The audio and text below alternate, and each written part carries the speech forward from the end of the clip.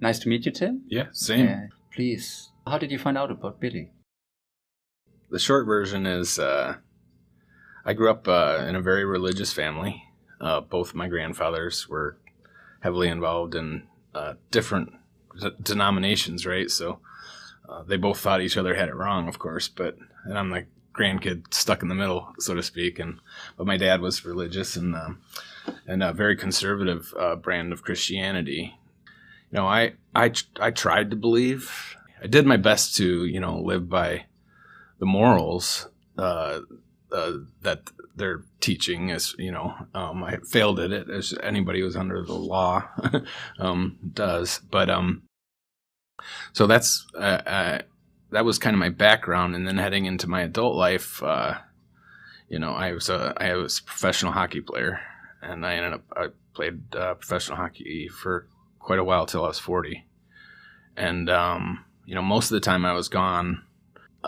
It was only in the summer times when I'd come back to Michigan or stuff that my parents or grandparents would be like, you going to church? You got to go to church, And I did to really more than anything to make them happy, in my 20s. I would, and so, but then I became quite successful, and that kind of carried on for a while. And then I became really successful at like age 37. I had an amazing year. Like after I won, I was treated as a star, and I'm being held up on a pedestal.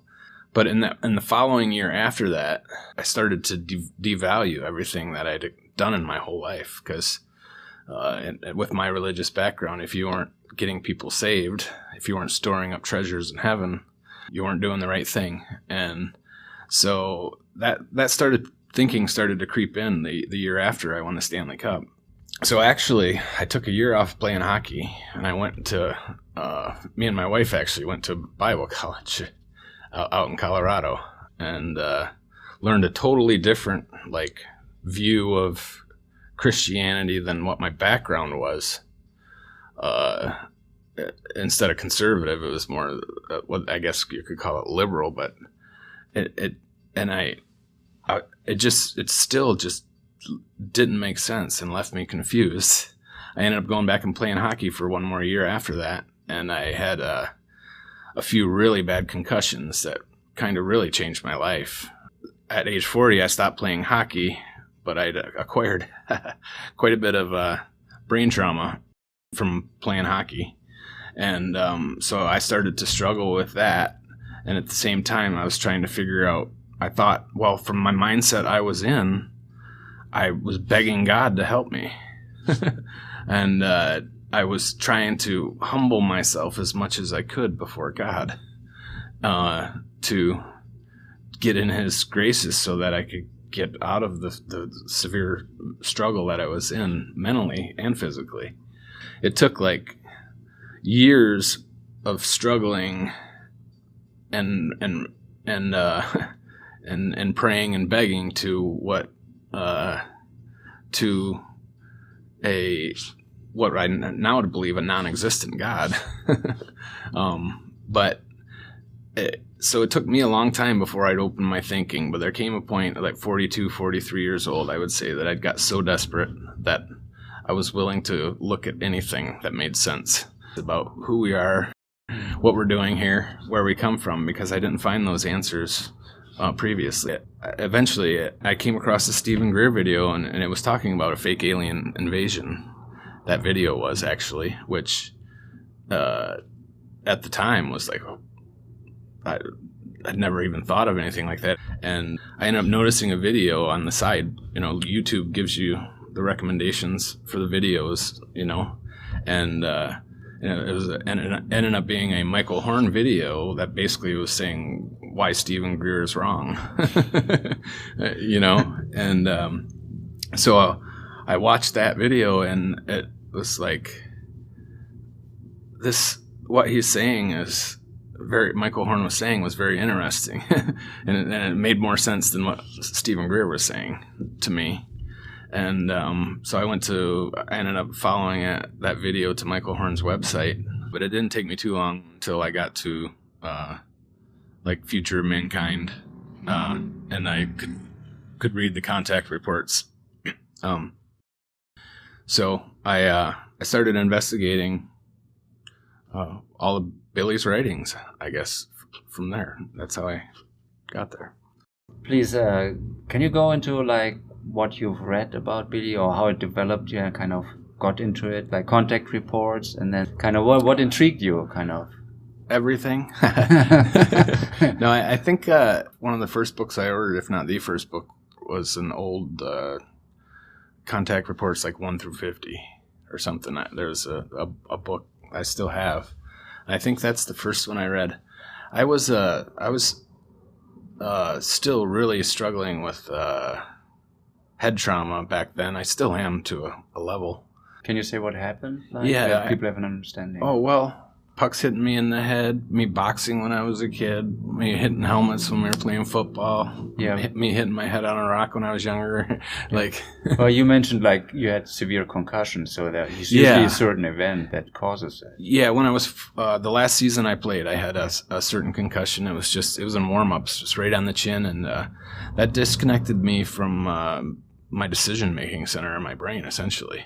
You couldn't make decisions, you say, like, or you couldn't or you wouldn't. No, I couldn't. You couldn't. I couldn't. It was so frustrating, and to a level that lasted years. I survived the rest of that hockey season basically just following the team schedule.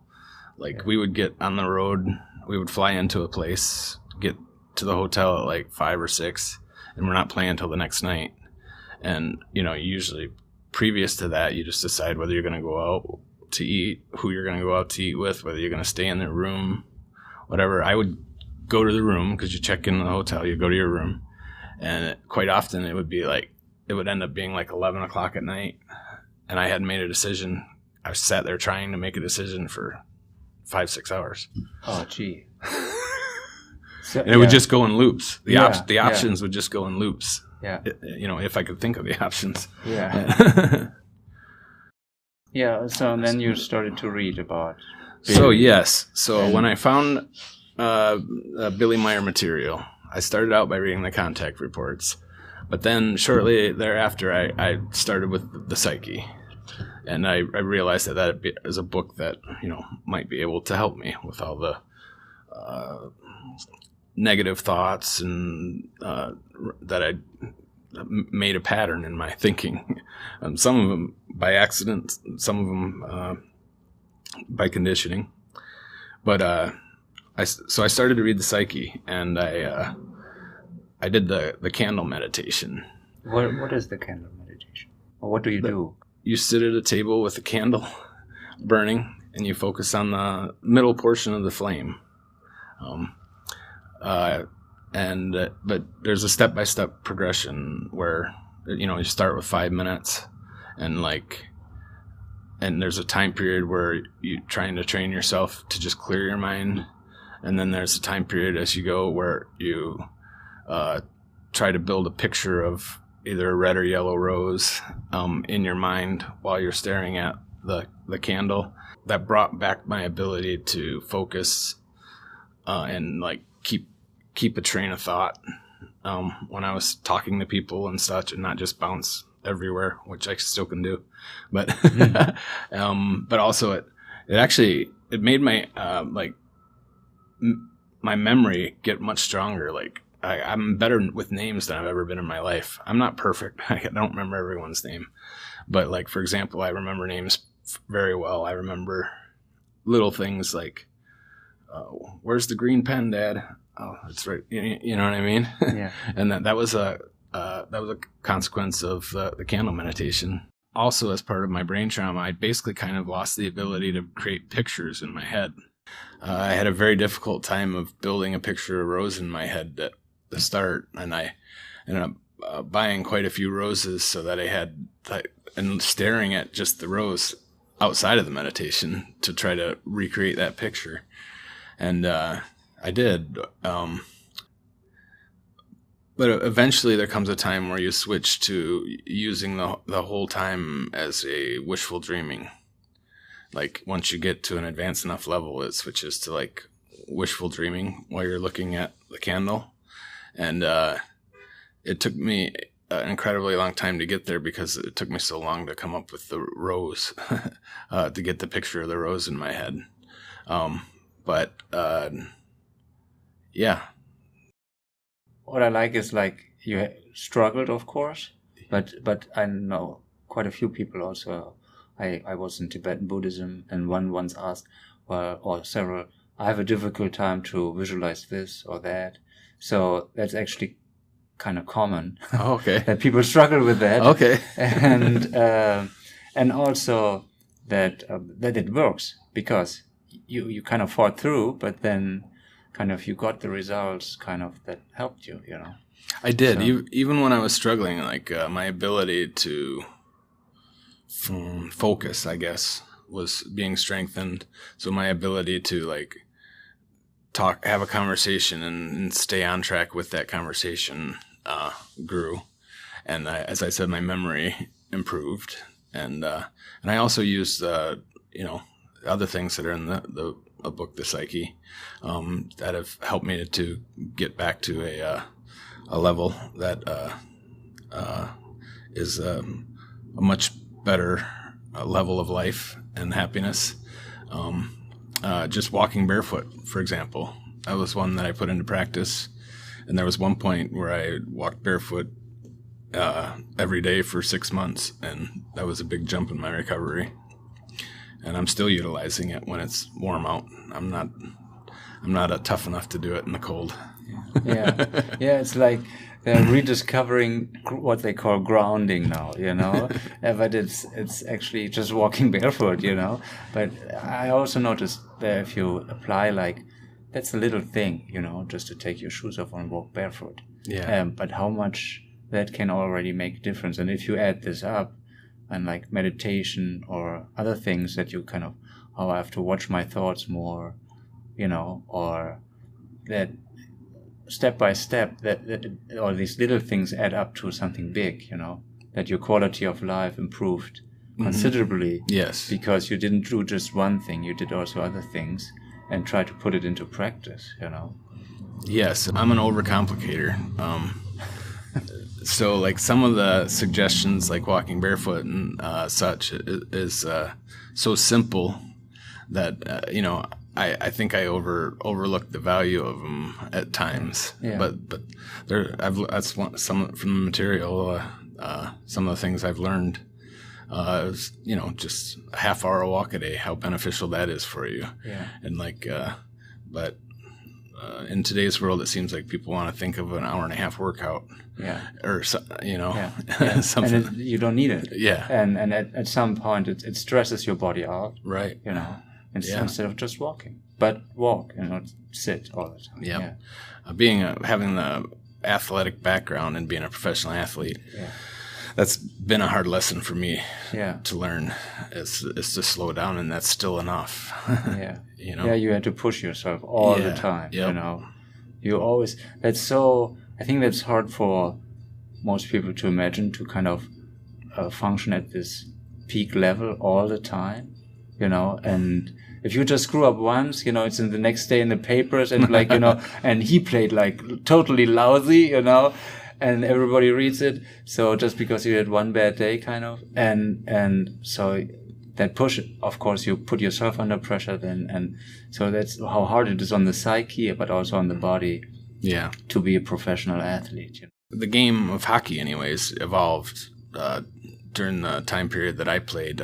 Early on in my career, like, people took time off in the summer.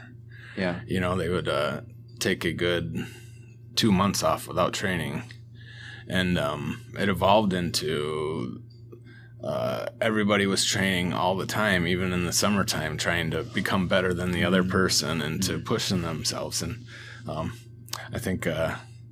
don't think that's healthy for you. I think those breaks are needed for the body to recover. Yeah. And that's part of the health struggles that I've had since I stopped playing hockey is because I just pushed myself so far. What else have you read? Like The Psyche? What else have you Might of Thoughts is my most ragged book. It's probably the one that I touch on the most. Yeah. I love the book. You can open it up anywhere. And I can't say I have a comprehensive understanding of everything that's being taught in that book. Actually, you can read it every few years. And sometimes I did say, oh, I didn't read that, where does this come from? I read the book and it's like completely new to me. So it's like you just go deeper and deeper every time you read it again, I think. Yeah. Yeah. Way to Live is another one that I've read or major parts of. How's that? Zata. Yeah. That's a tongue breaker. Yeah. That's one of my favorites, actually. I think if as far as easy reading goes, that's the easiest one, I would say. Yeah. And I recently got is it Death, Dying, and Resurrection? It's a new translation. Yeah. And I haven't. I just barely started on that at the very beginning of it. I just got it in the last couple of weeks. Yeah. Zata is still far away, But Death and Dying, that's gonna be pretty soon, So in comparison, so it's helpful for everybody. Or other people who die, and then you're, suffering kind of, and then how to deal with that, Yeah, I know. Sadness and so I think it's a very important book that everybody should read, but everybody has to decide. Yeah, and if it's anything like, which I'm sure it is, like the rest of Billy's teachings, it's like it ends up being freeing. It ends up being liberating, right? Yeah, it's also my experience. Like the word makes sense. Okay, we are here to evolve. Okay, that's the meaning of life. So how do I do that now? But you don't have to search anymore. Yeah. So and this is, I think, a huge relief. This my struggle or search was different. Everybody's is different. But what am I doing here? Why am I here? Yeah. And now, okay, I'm here to do whatever I think for myself is the purpose of my life, and that I try to evolve and help others and become a decent person, kind of, true human being. Yeah. I think I was always a decent person. Yeah. A lot of the takeaways from the books and contact reports and the stuff that I've read, I mean, just having an explanation for some things. And then, this isn't, Billy's teachings aren't like anything else where, they're like, believe this is the truth. It's not like that. It's like, but what he says makes sense. Yeah. It's self-evident. Yeah. I think, but you have to think about it.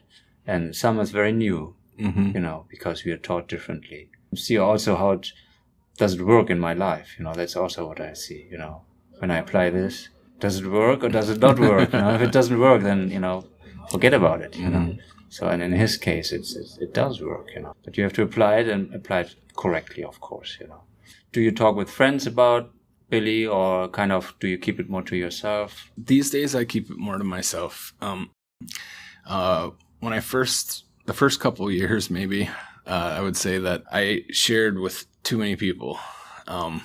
Fortunately, like a lot of it was family, and nobody gave me a hard time about it, but I could tell that it made them uncomfortable.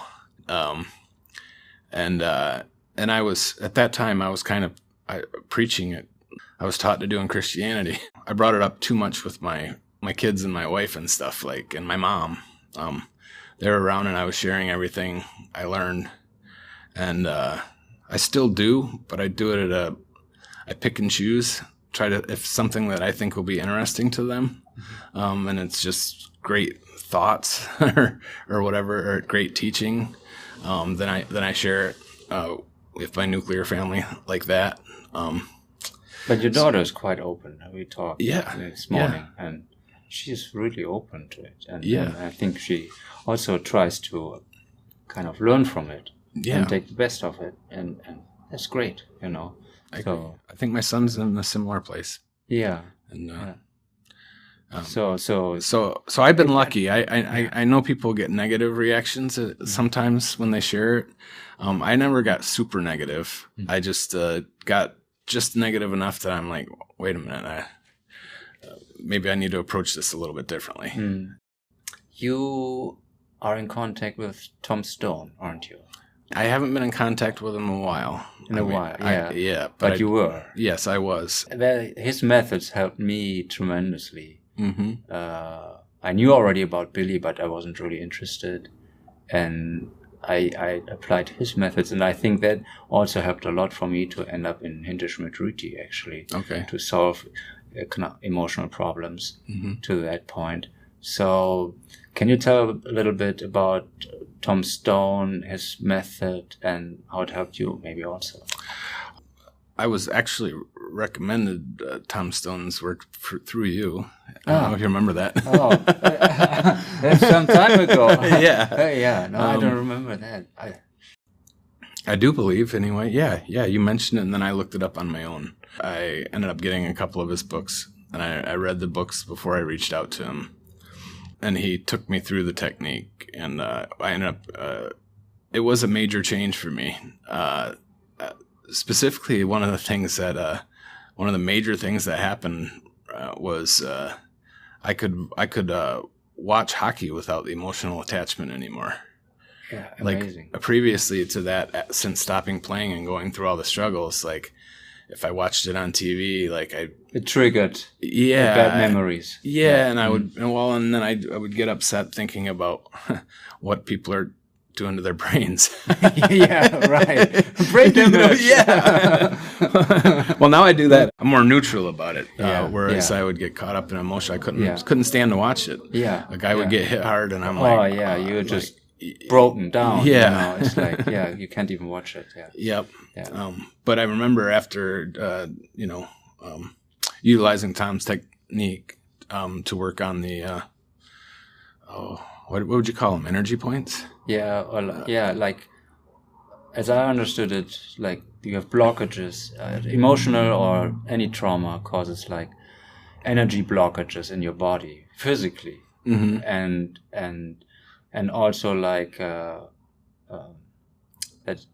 emotional trauma kind of causes these blockages in your subtle energy body in your body, and they are kind of resolved through these two main methods he uses. In psychotherapy, often the patients are re-traumatized by going through it step by step. Yeah. They went through. Yeah. And in his method, this isn't happening. Yeah. You get into it without being swept away by it, because you're in the center of this hurricane, eye of the storm, as he describes it. And he guides you, and you can do it also for yourself, but I never met him. So that's why I'm so curious about it, and never talked to him also, because I did it basically myself, and not kind of perfectly, but good enough that I became more functioning, and that this emotional stress and trauma kind of just really dissolved, and lots of it, and I thought, this is just. Again, that way you think, this is too easy, this is, because you think it must be hard, and it doesn't have to be, just like walking barefoot. It's so simple. Yeah. And what an effect, you actually, you stimulate by walking barefoot every organ in your body, because every organ is connected to some part of your foot. So you kind of massage all your organs just by walking barefoot, Yeah.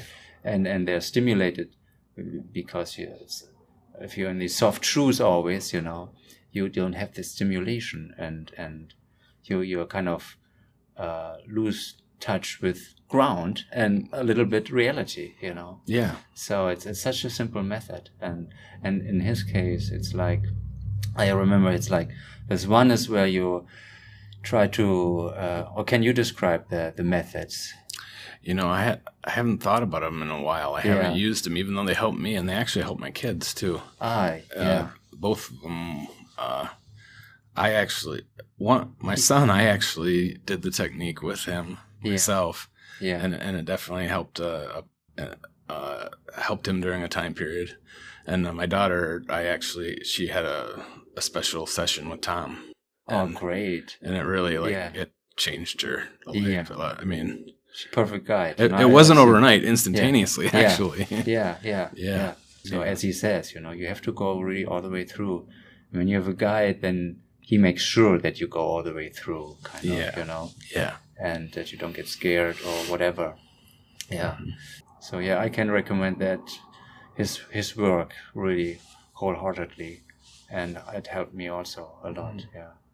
And your daughter is really relaxed now and not tense at all, So yes. She speaks her mind. Yes, that's great, Mm-hmm. Thank you very much for the talk. I really appreciate that you took the time, and I'm really happy that we could make this happen. And maybe we meet in Der Schmidt-Ritchie someday. Yeah. Thanks for going out of your way. To come see me. Yeah. Okay. Thank you very much. Yeah, thank you.